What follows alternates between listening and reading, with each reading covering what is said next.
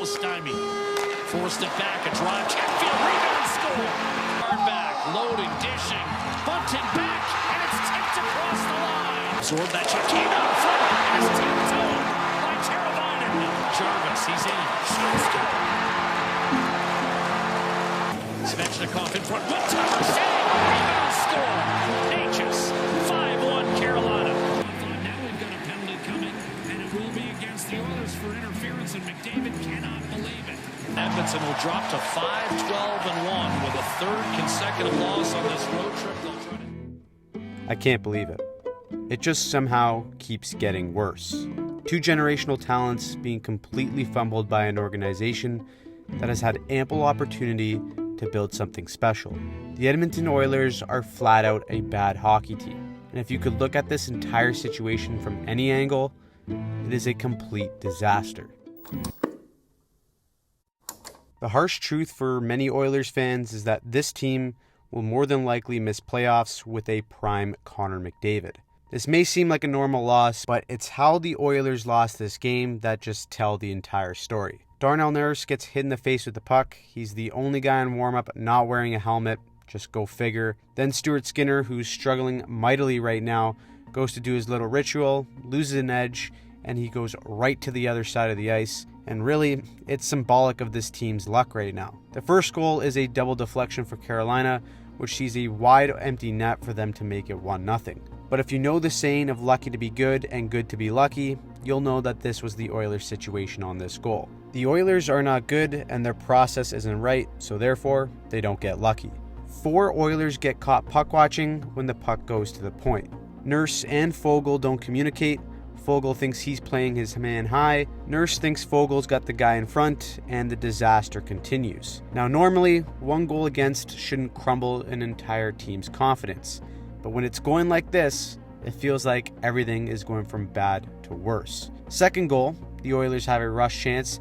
Ekholm, who was an absolute stud last year for the Oilers, loses the puck on the cutback, but don't worry, at least Connor Brown is there to help, and he's gone. Guy just unfortunately blows a tire. The Canes go back the other way. Bouchard actually makes a great attempt to block this pass, but he ends up just accidentally putting it in his own net.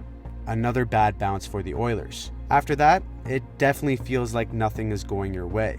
Third goal is just a complete panic at the disco here. You got 3 guys behind the net. All of them get mesmerized by the puck, and Ceci gets caught sleeping on the backdoor pass. Fourth goal here is just hilarious for how it all comes together, but Carolina goes to shoot, shot is blocked, Skinner's trying to reposition, and he falls on the second shot attempt.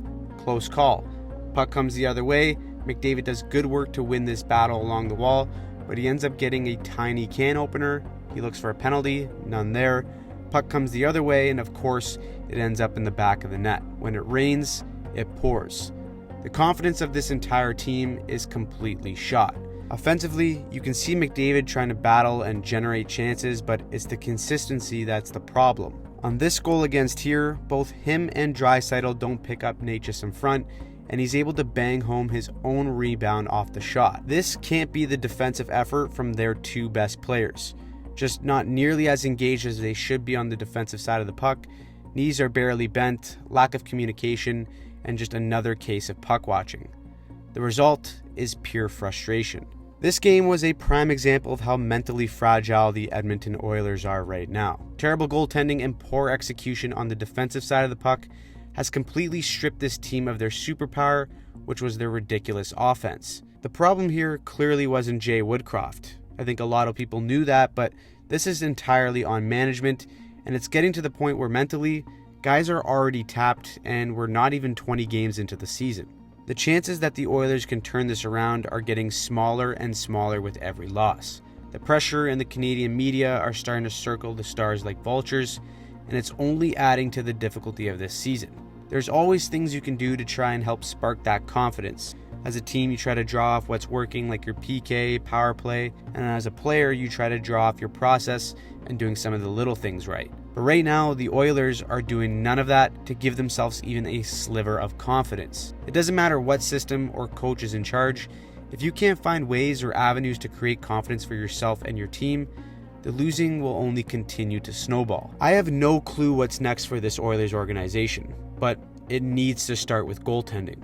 That has been their biggest Achilles heel, and that has led to other problems on the defensive side of the puck. When you have a goalie who you can trust to make a save, it can change the entire psyche of your team for the better. Right now, we're seeing an implosion of a franchise, and unfortunately, the most talented player in the world is right in the middle of it. If they continue to lose games like how they lost to the Hurricanes, there may be some major changes for the Edmonton Oilers.